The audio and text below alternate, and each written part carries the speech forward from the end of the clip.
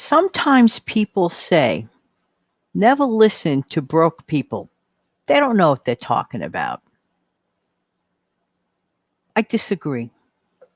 I think broke people's stories are very telling, and it may help us who don't want to live a broke life decide not to make some choices. Let's talk about this, and I'll be right back as soon as I find my video clip.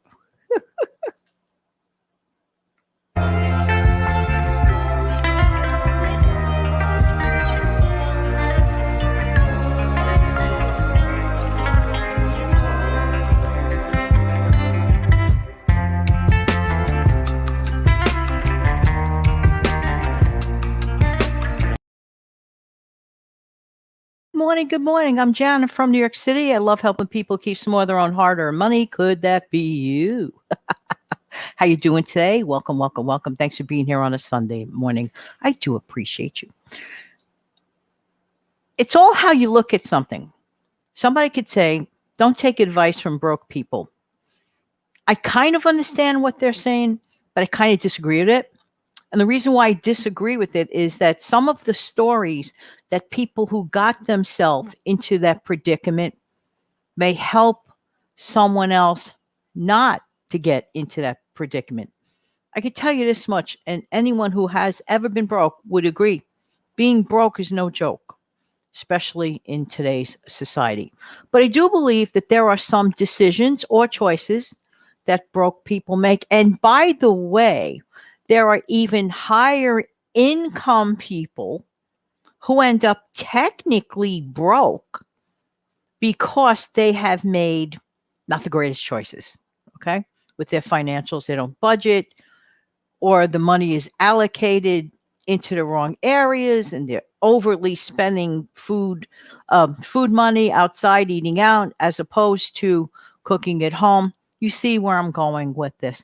Whereas some people who are, let's say, receiving a lot less of an income can absolutely manage their money, still get to save some, and still get to live a rich life. It all depends on your definition of a rich life. Okay. Just saying. So in life, there are variables, and that's why it's always good to weigh out the options on both sides of the fence. Here's something that many people do. They get themselves in debt. Getting yourself in debt is a big problem. And it's really a quick answer to a question. Let's say you're at a store, you see that bright, shiny penny. I always call it that, whatever the object is. I call it a bright, shiny penny.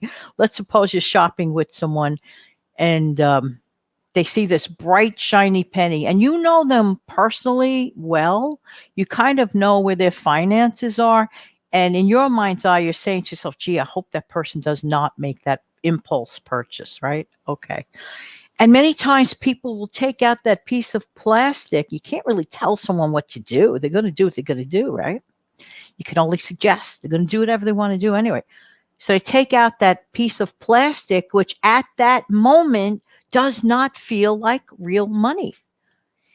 And then sometimes you sit down with someone and they have this thing in their mind's eye. Well, I don't want to touch my savings, so I rather pay for it on this card. And I'm like, so then that means that you have enough to cover it. This is my presumption. You have enough to cover it. And as soon as that bill comes in, and by the way, one does not have to wait for the bill to come in.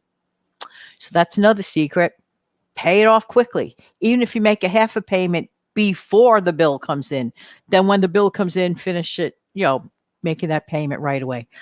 But the truth be told, that buyer, that purchaser has to ask themselves really and truly, number one, of course, the good old fashioned, is this a want or is this a need? I know. See, people like, ho hum, I know that. I know. Okay. But enough people do not decipher. They don't want to take that minute. They want to turn around and have a blind eye or a, deaf ear. I don't want to know. I don't want to ask that question. I want this bright, shiny penny, and I want this bright, shiny penny when? Right now. Then they take that bright, shiny penny home, and it sits in a corner for a week. They don't even open the box. Ooh, that's That's another show. You really have to know what you're doing, and you really just have to take that minute. Okay. So a lot of broke people go into credit card debt because they think that by hanging on to, let's say, that 500 in the bank, I don't want to touch my savings. No. So instead, you'll make minimum balance payments at a high interest. Tell me, is it me, or is that logical? Or is that a potential waste of a lot of money? It's a potential waste. Okay. So know yourself best. Okay. Try to put yourself into situations that don't get you broke. Okay. Not knowing your numbers, being afraid to look at your own budget. I have mentioned this to ad nauseum. You have to know your numbers and not be afraid of your numbers. If your numbers aren't working out, you have to live below your means. You have to live under your means. And if you don't like that, then you have to increase your means or raise the bar higher so you have the wiggle room. And it's a great idea to create a budget buffer. But as far as don't listen to broke people's advice, again, I disagree with that because I believe there's a wealth of wisdom in what did that person do or not do that might have gotten them into that situation. Like take it beyond the face value. Again, just how I feel about that. Maybe I'm wrong. It's just a little bit of a difference of opinion. But this is what makes the world go around. And I love that we can have, all of us in this life, a difference of opinion. So anyway, being broke is no joke. Try your best not to get into it. Stay out of debt. The biggest secret to financial success, stay out of debt. And really, really ask yourself, when you're tempted, everyone gets tempted to spend. We live in a society that pats us on the back constantly. Spend, spend, spend, spend, spend. I don't know. Do you think we have too much stuff? Let's think about it. How many people run garage sales? A lot. Why? Too much stuff. How many people sell things at flea markets that some of the stuff might have been their own, or they get online and sell it? Why? Too much stuff. Why are we in such a habit of having so much stuff? Let's think about this. I don't know. But whatever you do, don't let it keep you in debt. That's the main thing. Don't get into debt. Biggest secret for staying beyond and never getting broke, don't go into debt. Don't go into debt. Don't go into debt. You can't pay for something, you don't get it. You need a sofa. You don't need a brand new one from the furniture store. You could find out another alternative. You can look online.